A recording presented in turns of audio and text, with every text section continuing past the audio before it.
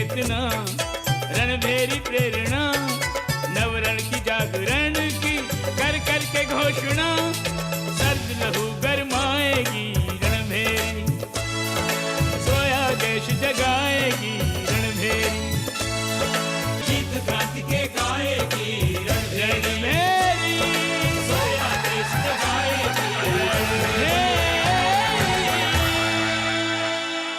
मान गया, अभिमान गया, अंग्रेजों का तो अभिमान गया। अंग्रेजों के नाक के नीचे रणभेरी छापकर दुर्गा प्रसाद खत्री ने अंग्रेजों की नाक ही काट डाली। रणभेरी के इन जाबाजों को सलाम करने को जी चाहता है सरदार। सचमुच ये मुबारकबाद के हकदार हैं। आप हम पर डाउट कर रहा है। हम यहाँ ब्रिटिश हुकूमत को स्ट्रॉन्ग करने के वास्ते लंदन से इधर आया। हम जानता है, फिर भी ये खबर लीक हुआ। हाँ। जरा अपना नकाब तो उठाइए, कहीं आप रणभेरी की जासूस निकली तो। उस दीवार को फलांग कर मैं पीछे के रास्ते से निकल सकता हूं, लेकिन वहां तक पहुंचने के लिए छोटा मैदान पार करना होगा। सर्च लाइट मुझ पर जरूर पड़ेगी।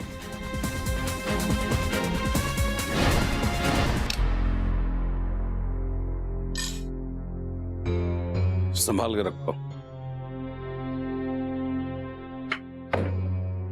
आपको क्या लगता है कि इन हथियारों से लड़ाई जीती जा सकती है? गिरबाला, कोई भी लड़ाई हथियारों से नहीं जीती जाती, हौसलों से जीती जाती है। अगर हौसले बुलंद है तो समझ लो कि जीत सुनिश्चित है। और ये हथियार? ये हथियार हमें हौसला देते हैं। इस हथियार के होने से हम अपने आप को महफूज समझते हैं, दुश्मन से किसी भी तरह कम अपने आप को नहीं समझते। वैसे भी हथियार साधन है, साध्य नहीं। हथियारों से सिर्फ युद्ध किए जा सकते हैं, और हमारा साध्य इस देश को फिरंगियों से आजादी। हर कोई अपनी अपनी तरह से लड़ रहा है,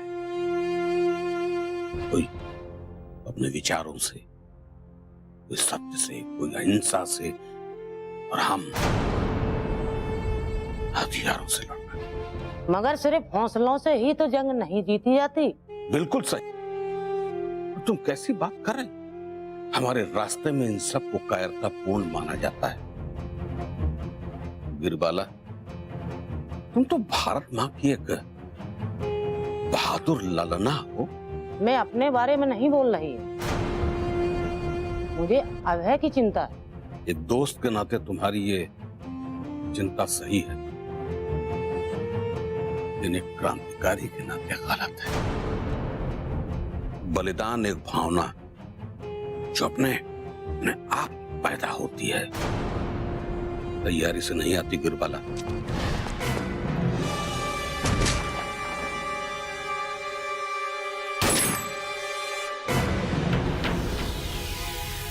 वंदे मातरम गुरु। वंदे मातरम।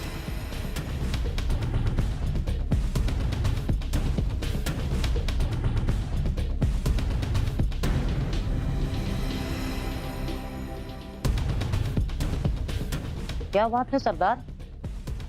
नरम दल वाले बैठक करना चाहते हैं, पराटकर जी ने बुलवाया है, जाना तो पड़ेगा।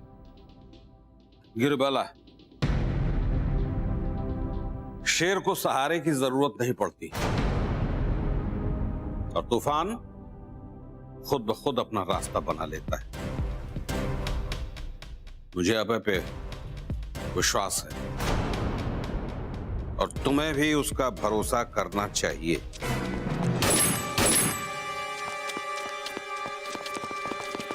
साहसी को बल दिया है, मृत्यु ने मारा नहीं है।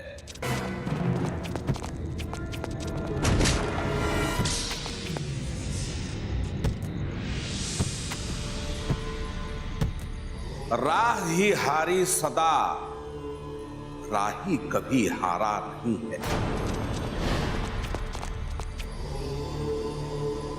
बिजलियां काली घटाओं से कहां रोके रुकी हैं।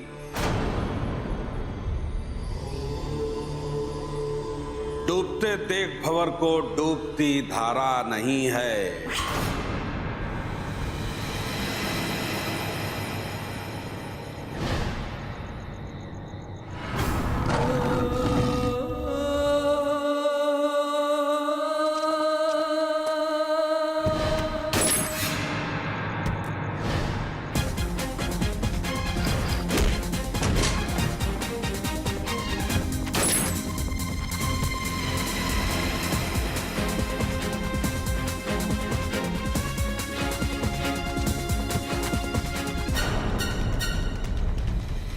Don't move!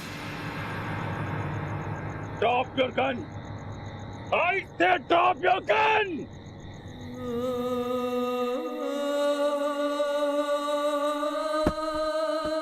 Now tell me, who are you? बोलो वरना शूट कर देगा। और तुमने उसको क्यों मारा? अपने देश से प्यार करने वाला एक सिपाही हूँ। मैं एक गद्दार को उसके पाप की सजा दी। Oh, shut up! हमको तुम्हारा देशभक्ति नारा नहीं सुनना है। सीधे सीधे अपना नाम बताओ और ये बताओ तुमने किसके कहने पर उसका मर्डर किया? ये बताऊंगा तो मुझे यहाँ से जाने दिया जाएगा? Oh, no, no, no. तुमको जाने तो नहीं दिया जाएगा, बट तुम्हारा सजा जरूर माफ कर दिया जाएगा और गवर्नमेंट की तरफ से तुमको प्राइज भी मिलेगा। अच्छी बात, तो बता देता हूँ, वो है मेरा leader. Now you don't move, अंग्रेजी कुत्ते। मेरी बात ध्यान से सुन, मैं धमकी नहीं देता। बोल अपने इन चेलों से कि बंदूक फेंक दे। बोल हथियार फेंक दे, बोल। फेंक दो, हथियार फेंक दो। जैसे बोलता है वैसा करो। शाबाश, ये हुई ना बात।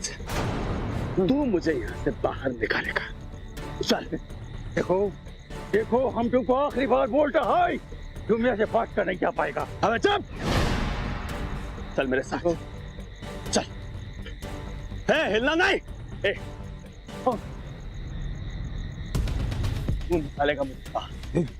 देखो ठीक नहीं कर रहा हूँ। पीछे ना।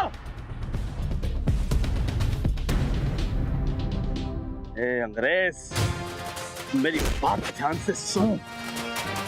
ब्रिटिश हुकूमत के काले कानून जब जब हिंदुस्तानी आवाम की आवाज को दबाने की कोशिश करेंगे, तब तब रणबेरी और भी बुलंद होकर गूंजेगी। और सबसे जरूरी बात, सुपरिटेंडेंट से जाके कह दे कि उसकी पुलिस ने जिस प्रेस को पकड़ा वो रणबेरी की एक छोटी सी शाखा थी। रणबेरी आज भी आजाद है और हमेशा आजाद रहेगी।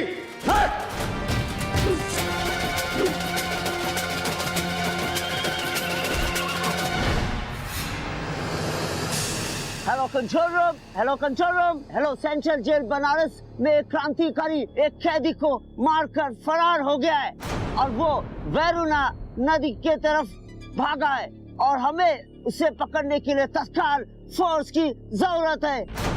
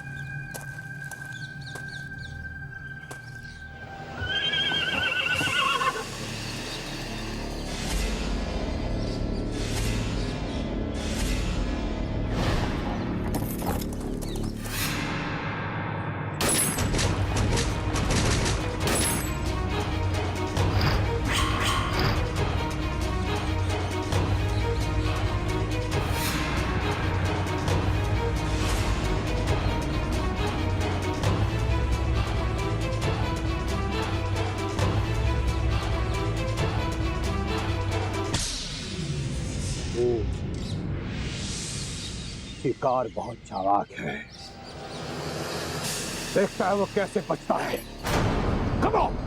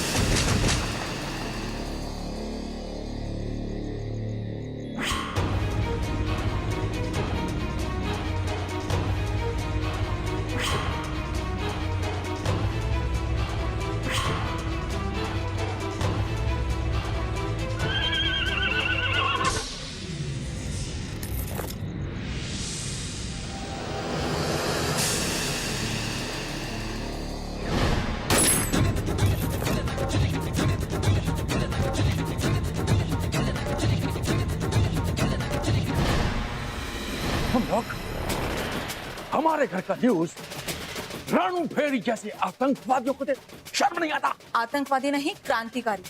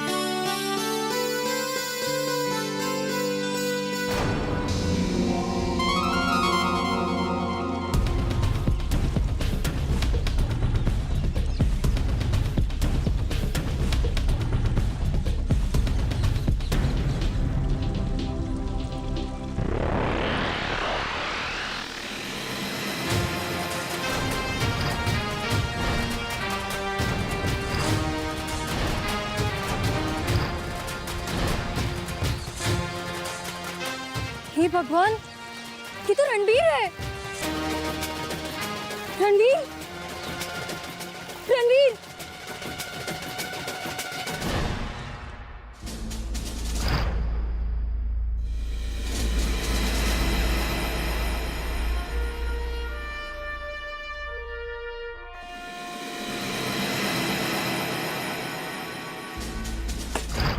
एक आदमी जेल में घुसता है, हमारे इन्फॉर्मर को मारता है, बड़े आराम से वहां से चला जाता है, और तुम हाथ पर हाथ धरे बैठे उसे टुकुर टुकुर देखते रहे।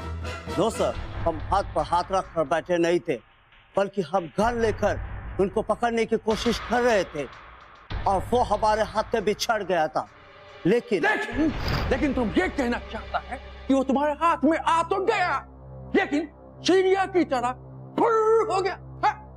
शर्म आना चाहिए तुमको। ये ब्रिटिश का ड्रेस उतार कर तुमको स्वीपर का ड्रेस पहन लेना चाहिए। अंडरस्टैंड? लेकिन सर, ये इंडियन पीपल तो हमें स्वीपर बना रहा है। यस सर, 30 करोड़ के लिए जिस तरह से लोगों में गुस्सा है, वैसा ही बनवारी को मारने वाले के लिए जोश कि हर इंडियन को उसके जैसा होना पड़ता। सर, इस बात को लेकर शहर में हंगामे बढ़ते जा रहे हैं। डर है सारा शहर इस जोश में उबाल ना जाए। धारा 144 लगा था ताकि कोई भी किसी पॉइंट पर इकट्ठा ना हो सके।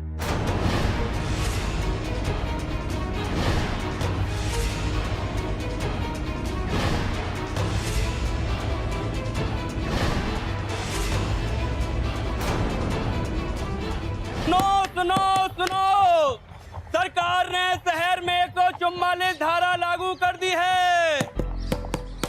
किसी भी स्थान पे 2 से अधिक व्यक्ति खड़े नहीं होंगे। ये धारा अभी से लागू की जाती है।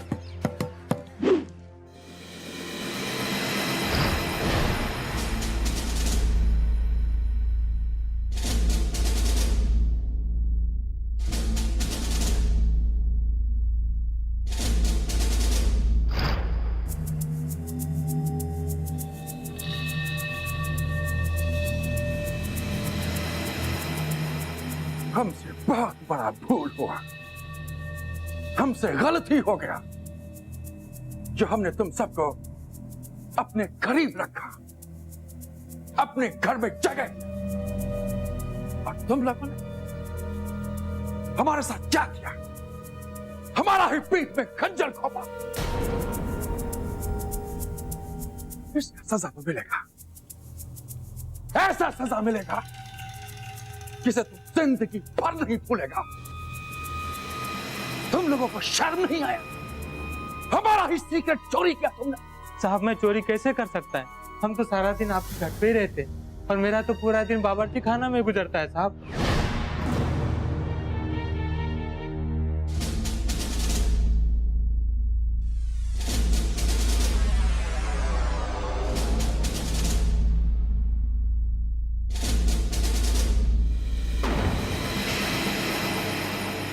तुम तो बाजार जाता है ना? हाँ, बाजार जाती हूँ दाल सब्जी और मीट लाने। और शराब? हाँ, शराब लाने भी जाती हूँ, पर आपके कारण जाती हूँ, वरना हराम चीजों को तो मैं हाथ भी नहीं लगाती। हराम का चीजों को हाथ नहीं लगाता है, लेकिन हराम खोरी करता है।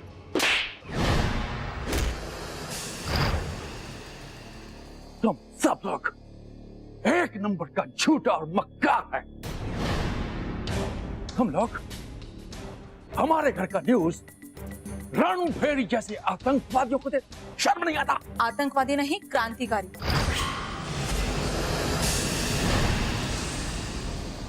क्या क्या बोला तुम? हैं?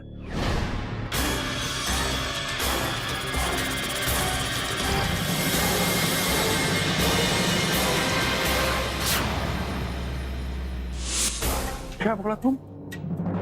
क्रांतिकारी? कौन क्रांतिकारी? लोग रणभेरी को कहते हैं। लोग नहीं, तुम क्या कहता है?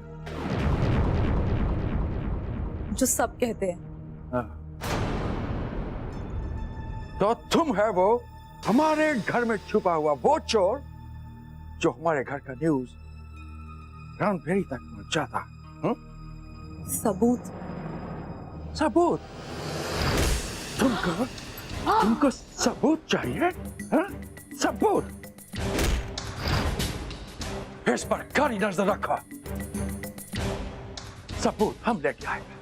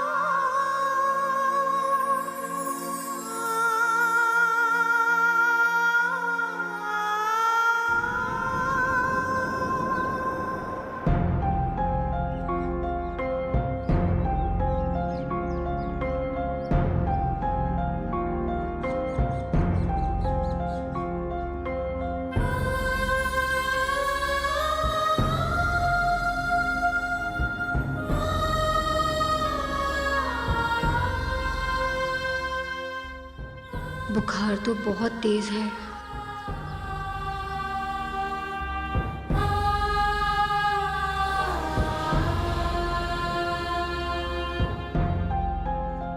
नहीं रणबीर, मैं तुम्हें कुछ नहीं होने दूंगी।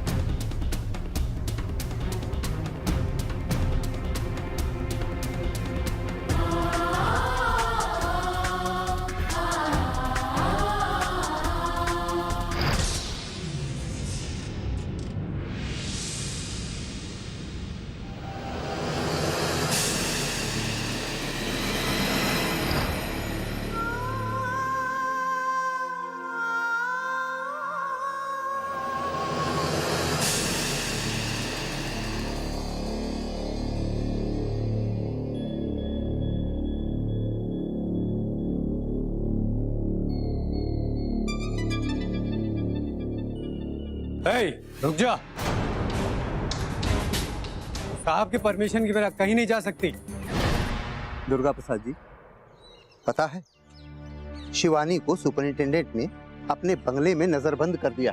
तो क्या उसे पता चल गया कि 30 करोड़ की खबर शिवानी ने हमें पहुंचाई है? ये तो कुछ पता नहीं, पर शायद उसे शक जरूर होगा। कन्हैयालाल जी, शिवानी को हम यूं तो इस हालत में नहीं छोड़ सकते। कुछ ना कुछ तो करना ही होगा।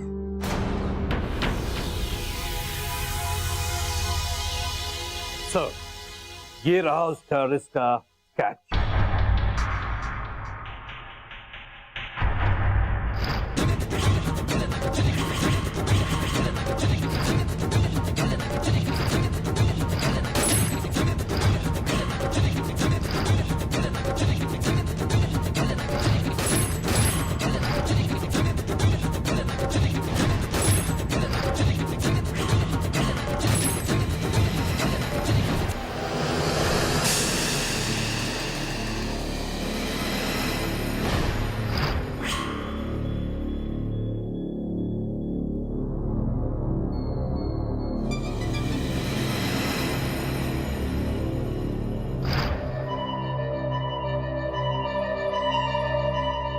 ये तो अभय है।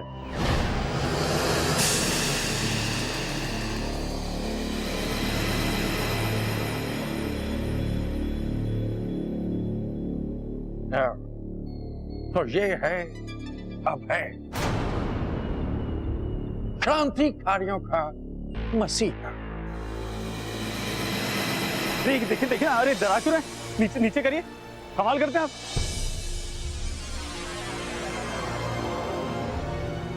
ब्रह्मा सिंह जी, आप तो सरकारी अफसर है ना, तो आप लगवा दें मेरी नौकरी।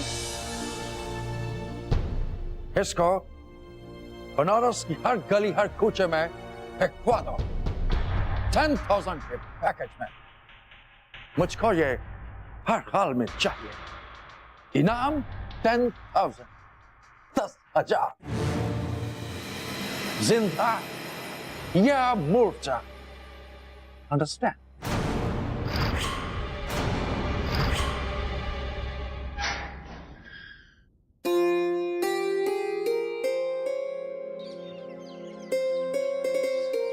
वीर क्रांतिकारी ने जेल में घुसकर की देश के गद्दार बनवारी की हत्या। ये खबर पढ़कर अंग्रेजों के चेहरे देखने लायक होंगे। सही कह रहे हैं दुर्गा प्रसाद जी। देखिएगा कल सुबह कैसा धमाका होने वाला है। वो दिन आएगा जब मेरे बेटे की दीवानगी रंग लाएगी और भारत माँ के मुकुट पर तिरंगा शान से लहराएगा। सिर्फ आधे गज का तिरंगा आपके बेटे को फांसी भी दिलवाएगा।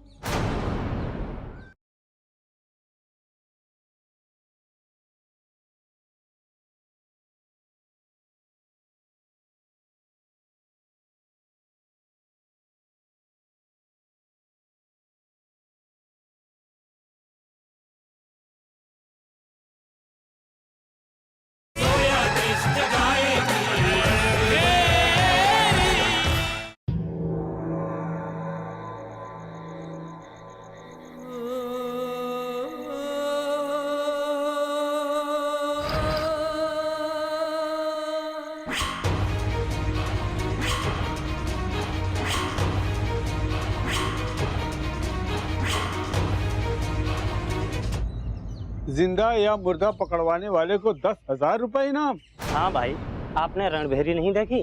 इस क्रांतिकारी ने अंग्रेजों के मुंह पर तमाचा मारा है। देश के गद्दार बनवारी को जेल में घुसकर मारा है। और पढ़ो, आगे पढ़ो। एक अकेले क्रांतिकारी ने अंग्रेजों को चटाई धूल।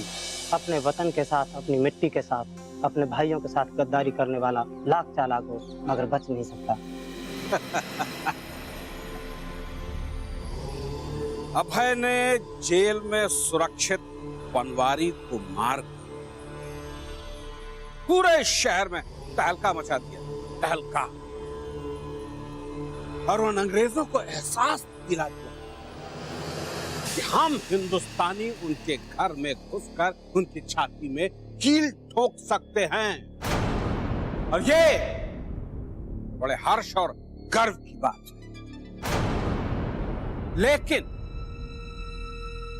चिंता का एक विषय भी, क्योंकि हमें अभी तक अभय का कोई कुशल क्षेम नहीं मिला है। क्यों? सोम, हनी, कृपाल, तुम तीनों को हमने अभय की सुरक्षा में भेजा था। क्या हुआ? सरदार, उन्होंने हमें जिस जगह मोर्चा लेने को कहा हम वहीं डटे रहे और तब तक हमने मोर्चा नहीं छोड़ा जब तक अभय की जानिब को जाने का इशारा नहीं मिला।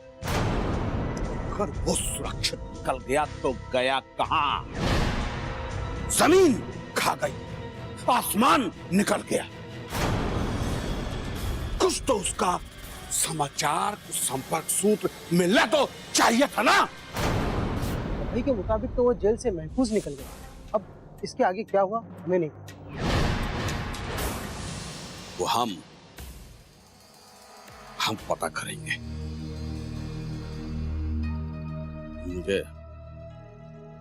लगता है कि कहीं अभय संकट में घिर गया है। उसे खोजना होगा और हम सबको मिलकर खोजना होगा। सरदार, गोरों ने धारा 144 लगा रखी है। हमें और सतर्क रहना होगा।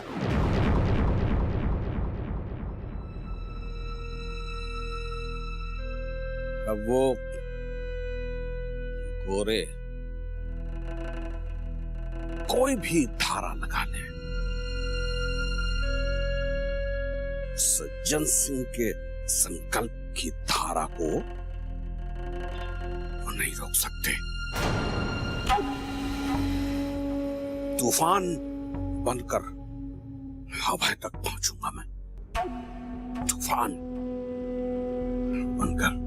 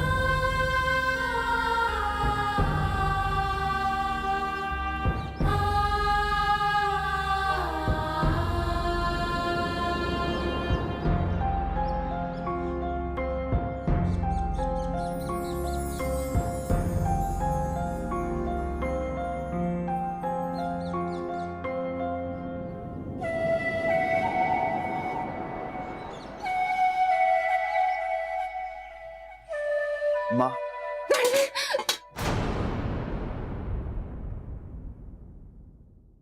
रणवीर, क्या बना? ये जी, आज मेरा दिल बहुत घबरा रहा है।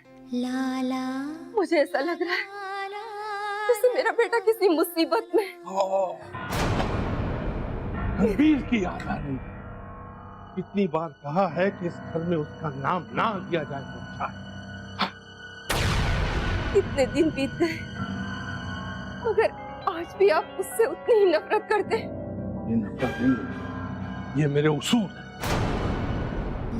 ऐसे उसूल जिन्होंने एक माँ को अपने बेटे से जुदा कर दिया, जिन्होंने इस हंसते खेलते घर को सन्नाटे में बदल दिया। वो कसूर तुम्हारे बेटे का था। कसूर? हाँ, इसमें मेरे बेटे रणवीर का ही कसूर है। और उसका कसूर ये है कि वो गुलामी से नफरत करता है, बेईमान अंग्रेज सरकार से नफरत करता है। और उसका कसूर ये है कि वो एक सच्चा देशभक्त है। कोई देशभक्त नहीं है, वो अपराधी अंग्रेज सरकार का अपराधी। और कान खोलकर सुन लो, हुकूमत और मैं इस हुकूमत का नौकर हूं। और मैं अपनी सरकार के साथ विश्वासघात नहीं करूंगा, गद्दारी नहीं करूंगा। ये शोहरत, ये ओहदा इज्जत के नहीं बल्कि गुलामी के प्रतीक है। और असली इज्जत तो सर उठाकर जीने में है, आजादी की खुशबुओं को महसूस करने में है। और वो दिन आएगा जब मेरे बेटे की दीवानगी रंग लाएगी और भारत माँ के मुकुट पर तिरंगा शान से लहराएगा, शान से। आधे गज का तिरंगा, सिर्फ आधे गज का तिरंगा आपके बेटे को फांसी भी दिलवाएगा। आधे गज कपड़े के इस झंडे की ताकत अंग्रेजों की सैकड़ों बंदूकों और तोपों से बढ़कर है, क्योंकि इसके साथ करोड़ों हिंदुस्तानियों की उम्मीदें, वतन परस्ती और आजादी की अटूट चाह छिपी है, जो एक दिन हिंदुस्तान से अंग्रेजों को भगा कर दम लेगी।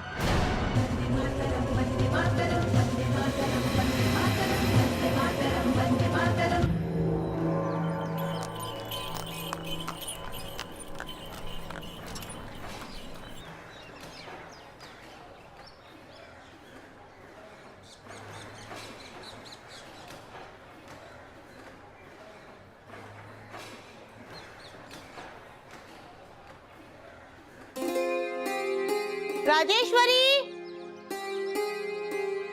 राजेश्वरी, मैं आ गई बेटी। राजेश्वरी,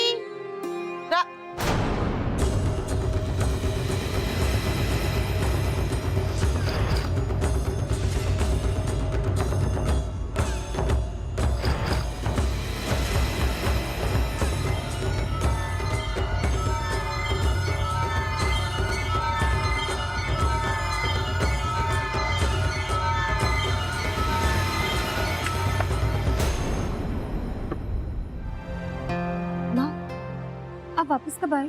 ये यहाँ क्या कर रहा है? आओ, मैं बताती हूँ आपको। मैं ये जानना चाहती हूँ कि ये यहाँ क्या कर रहा है? बिस्तर पे ऐसे लेटा है जैसे उसके बाप का घर है। आखिर ये हो क्या रहा है? माँ वो बीमार है। बीमार है तो मेरे घर में? माँ वो बेहोश था, मैं उठा के लेके आई। एक दो बार होश आया, उसके बाद होश ही नहीं आया उसे। माँ ऐसे क्यों देख रही हो? ये महज एक इत्तेफाक है। लेकिन उसे हुआ क्या है? उसे गोली लगी है। पूरे बनारस में अंग्रेजों ने उसकी गिरफ्तारी की पोस्टर लगा रखे हैं। क्यों?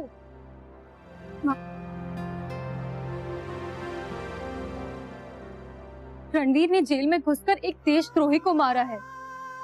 माँ वो भारत माता का एक जाबाज सपूत है जो भारत माता को गुलामी की जंजीरों से आजाद कराने के लिए अपनी जान की परवाह तक नहीं करता। माँ उसे जितनी अपनी वतन से मोहब्बत है उतना ही अंग्रेज सरकार से नफरत है। नाग है वो, एक जहरीला नाग। रणवीर नाम का नाग दस्ता है लोगों की सोच को, लोगों के भरम को और तेरी अकल को।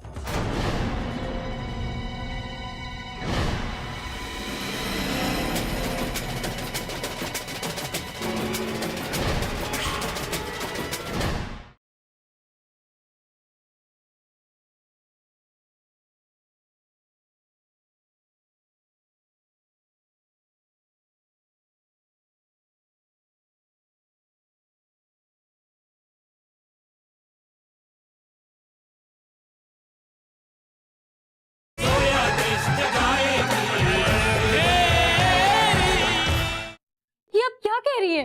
मैं वही कह रही हूँ जो तुम्हें नजर नहीं आ रहा। अगर वो वाकई में देश के गद्दारों से नफरत करता है, अगर वो वाकई देश के गद्दारों का दुश्मन है, तो वो क्यों नहीं नफरत करता अपने बाप से, जिसे सारी जिंदगी अंग्रेजों के तलवे चाटते हुए काट दी। अगर वो देश के गद्दारों का दुश्मन है तो जाके अपने बाप को मारे, जिसने न जाने कितने हिंदुस्तान वासियों को जेल में ठूस दिया, यहाँ तक कि मौत के घाट उतार दिया, फांसी चढ़वा दिया। वो लुटेरा इस रणवीर को क्यों नहीं नजर आ रहा है? जाए उसका सर उसके तन से अलग करके दिखाए।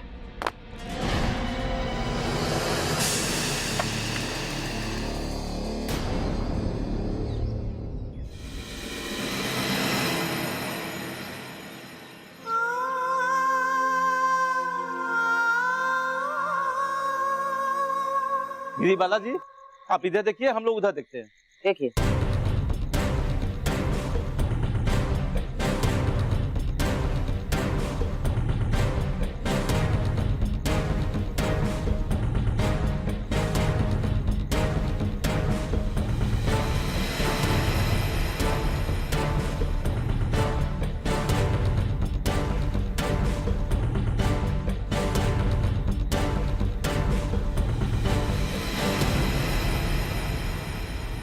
रणवीर चला गया माँ।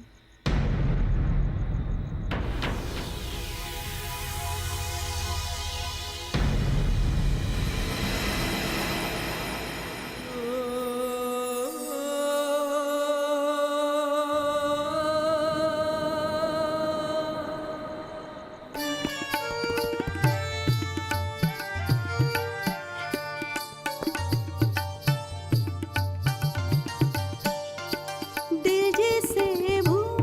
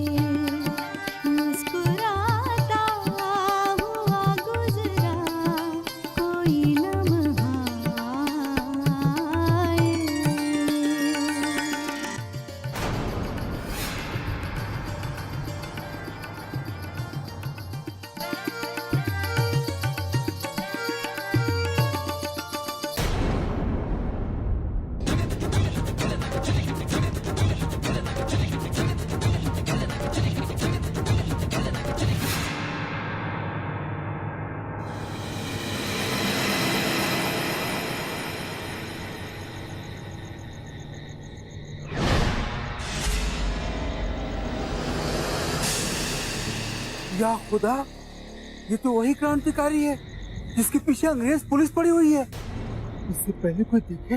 अरे मर्दूदो, उठाओ इसे और ले चलो। संभाल के। हाँ चलो।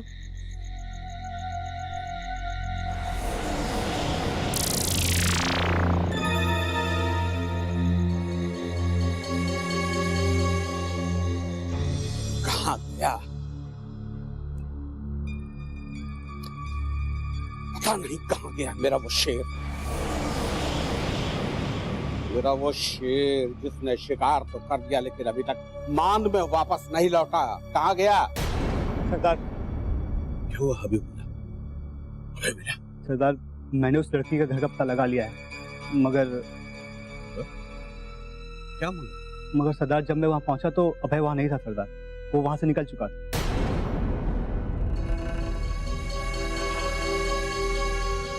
ये तो बड़ी चिंता की बात है सरदार। गिरबाला, हमारे अभय के साथ भारत माता का आशीर्वाद है। देखना तुम, जहां कहीं भी होगा उसका कोई न कोई हमदर्द मिल जाएगा, जरूर मिलेगा। हकीम साहब, आप कहाँ जा रहे हैं? मरीज अंदर है। लाहौर जिला कुवत, ये मरीज है, ये ऐसा मर्ज है जिसका इलाज मेरी बदनसीबी बन जाएगा।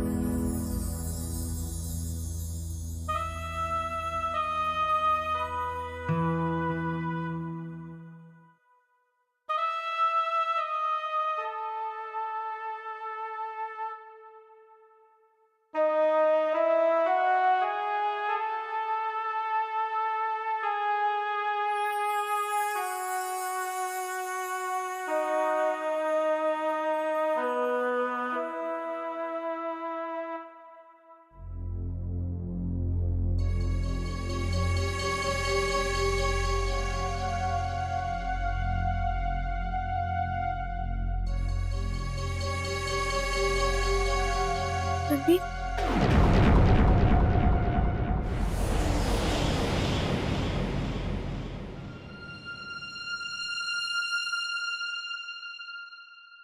तमन्ना, तुम? सब बताती हूँ, थोड़ा सब्र करिए।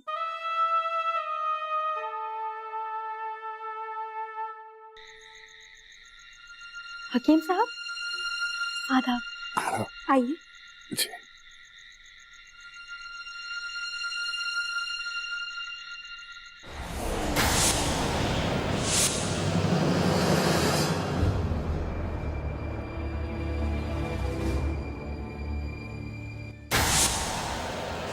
हकीम साहब, आप कहाँ जा रहे हैं? मरीज अंदर है। लाहौर जिला कुवत, ये मरीज है, ये ऐसा मर्ज है जिसका इलाज मेरी बदनसीबी बन जाएगा। हम समझे नहीं। जान के यूं अनजान न बनिए तमन्ना बेगम। ये अंदर लेटा हुआ मरीज एक क्रांतिकारी है जिसे अंग्रेज ढूंढ रहे हैं। पर हकीम साहब, आप क्यों नहीं समझ? मोहतरमा, मैं एक शरीफ आदमी हूँ। अल्लाह के करम से मेरे बीवी हैं, बच्चे हैं, घर बार है। मैं किसी सरकारी गुनहगार की जान बचाकर अपनों की जान खतरे में नहीं डाल सकता। शरीफ लोग। आप जानते हैं हकीम साहब, हमारे और आपके जैसे शरीफ लोगों की फितरत क्या होती है? हमारी फितरत ये होती है कि हम अपनी बुज़दिली को शराफत का जामा पहनाकर अपने फर्ज से मुंह मोड़ लेते हैं। और इस वक्त आपका फर्ज ये है कि अंदर पड़े उस मरीज की जान बचाए, क्योंकि वतन को उसकी जरूरत है। हमारा, आपका वतन, हम सबका वतन।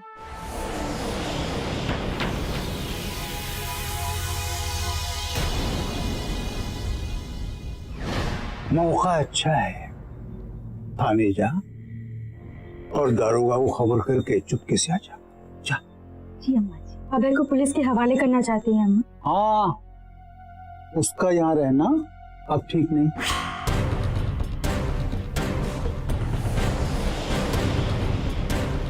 आदाब। आदाब। साहब, आपके लिए अम्मा जी का पैगाम है।